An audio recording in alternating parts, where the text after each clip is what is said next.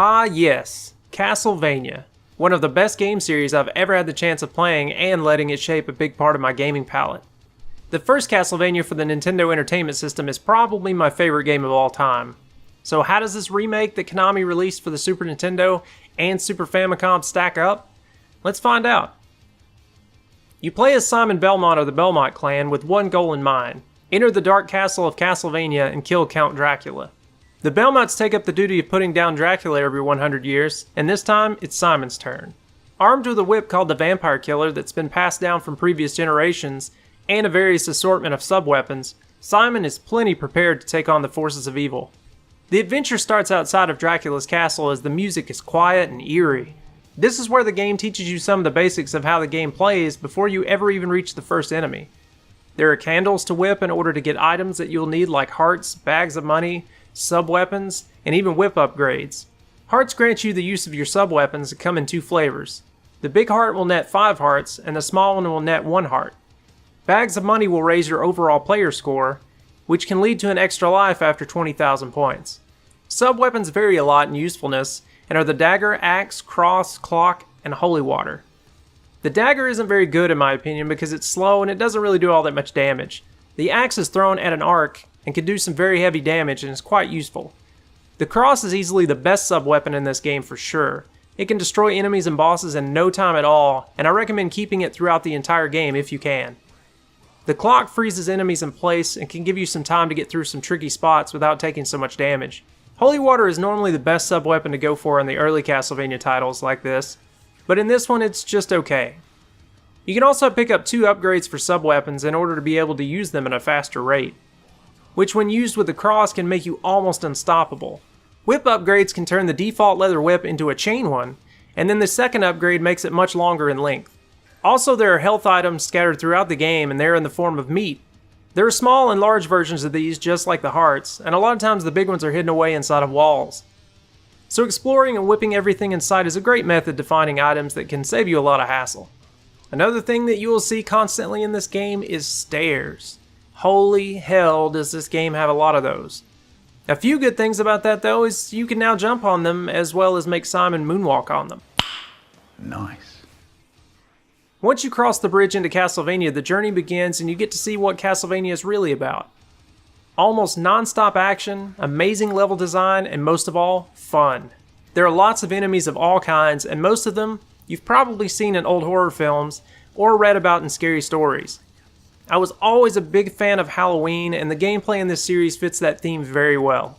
The levels are quite varied too. The castle has many different sections, and each new section you discover looks and feels very different than the last. The castle is pretty damn big and is full of traps, enemies, and bosses. The game can be quite tough at times, but it's really actually easy on you compared to some of the previous entries in the series. Health items are much more plentiful here.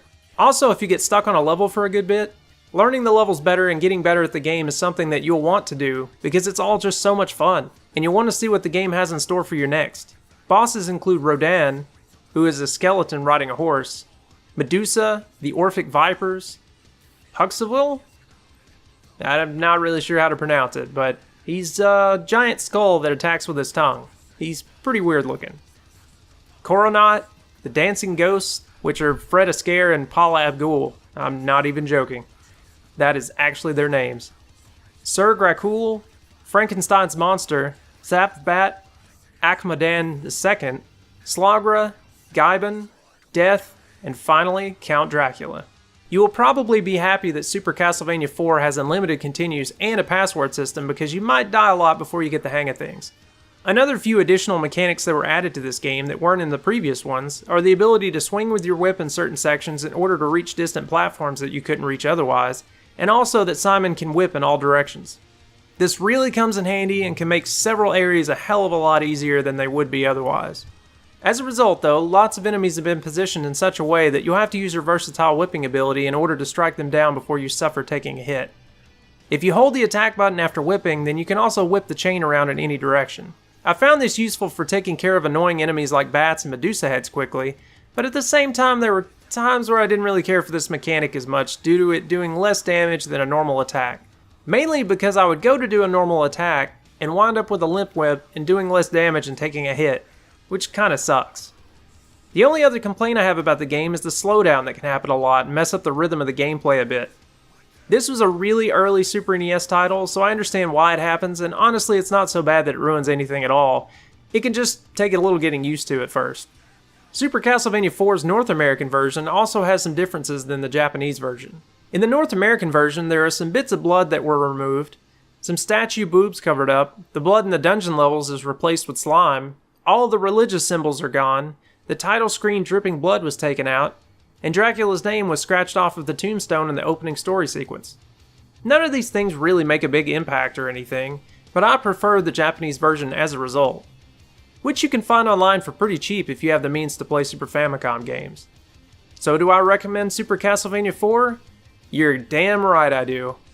This game still stands out as one of the best in the Castlevania library, and that's saying a lot. It is well executed from beginning to end, and everything from the music to the graphics is top notch. If you don't already own this title, then I hope you snag a copy soon. If you like action platformer games or Castlevania, then you have to play this game.